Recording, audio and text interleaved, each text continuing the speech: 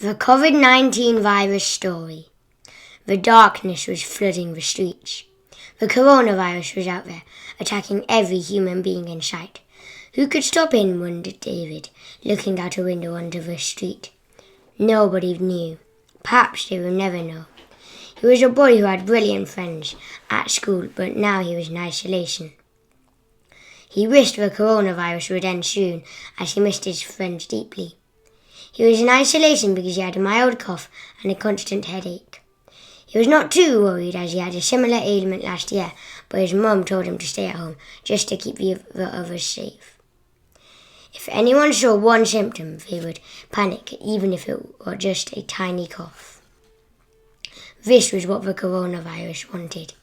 He wanted the streets empty and people to stay at home. He urged people to be aware and alert of viruses around. But what did the government do? They still allowed huge gatherings like marathons and horse racing. The coronavirus laughed happily and made for its next victim.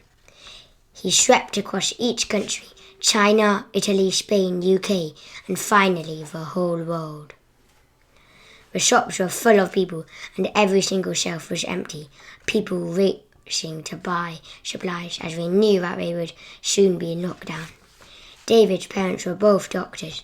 They worked day and night to help patients. When they were off duty, they went to buy some food and saw the shelves greeting them completely empty. How could they look after the patients when they couldn't look after themselves, they thought.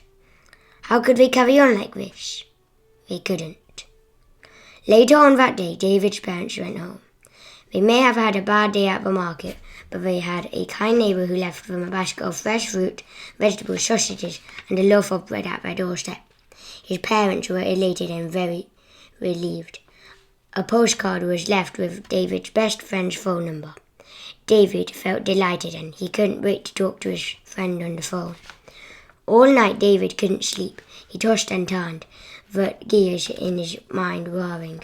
Maybe the coronavirus wasn't so bad after all. He had been bird watching when he was waiting for his parents and had found it quite fun.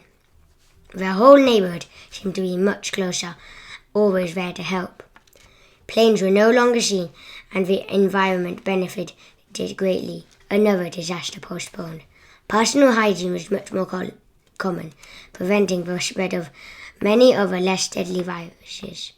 The world would be a much better place after we vanquish the coronavirus.